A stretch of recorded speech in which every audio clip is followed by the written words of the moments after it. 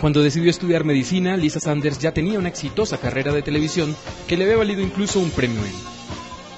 La mezcla de periodismo y medicina la llevó a escribir una columna semanal en The New York Times. One of the producers of House, one of the executive producers, Paul Atanasio, was apparently a fan of my column. And so when he was looking around for another show, his wife tells me that he was thumbing through the Times magazine and got to my story, and he goes, why don't we do a television show like this? So he made the pilot. He got together with David Shore, who had this idea, and a true idea, I think, that if Sherlock Holmes were around now, he would be a doctor. He couldn't be a doctor in the 19th century because they didn't have any tools to make diagnoses, and they didn't have any therapies even if they could diagnose what you had. But now you could have a doctor detective, or the detective go back to his real roots as a doctor.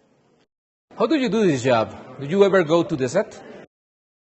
Well, I go to the set just because it's cool, but it's in L.A., and I'm in Connecticut, so it's a long trip, so I don't go there very often, once or twice a year. Mostly we communicate either by phone or mostly by the Internet. You know, and one of the producers will say, I'm doing a story about a 24-year-old guy, and this is what the story is. What could he have? And those are just the best questions. I love those questions because then, you know, I collect odd diseases and case reports just because I think they're cool. And so I get to riffle through my list and collection and pull out something that seems to work. I'm guessing there are a lot of doctors that don't quite love the way House works. Well, you know, as far as I can tell, doctors have two responses. There are the doctors who look at the show and can't see anything except the way that it's wrong. You know, I'm an internist, and as is House. I mean, he's a subspecialist in infectious disease, but fundamentally he's an internist.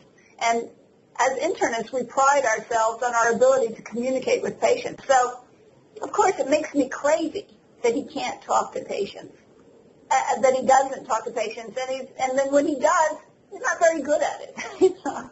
But there are a lot of doctors who can see past that and see that House has really tapped into this source of tremendous pleasure and intellectual excitement in medicine. I mean, I think it's like math, you know, 4 times 6 is always 24.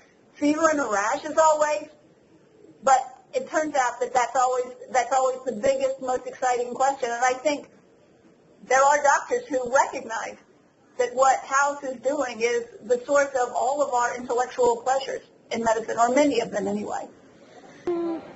Has there ever been a point that you said, come on, this never could happen?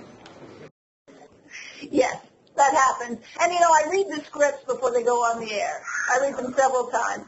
And, you know, I try to point out the things that are inaccurate. And sometimes they change them, and sometimes they don't. You know, they were very clear right from the start that this is a drama. This is entertainment. This is not education. This is not medical school.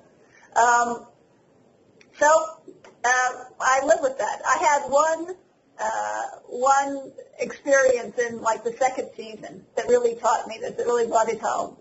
The writers wanted to imply a certain oral genital contact, and so they gave the man a rash in his mouth, and they said that House was able to diagnose this rash as bacterial vaginosis.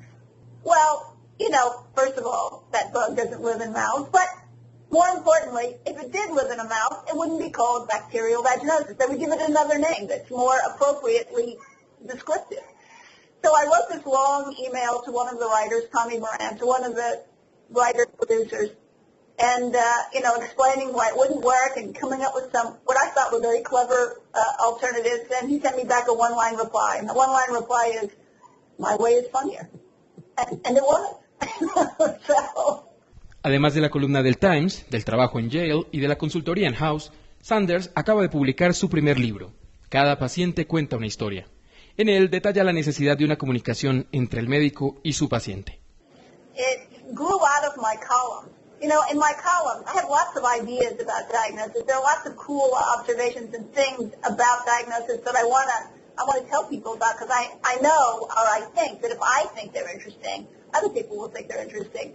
But in my column, which is 1,300 words long, I really don't have room for anything more than one idea, one tiny idea.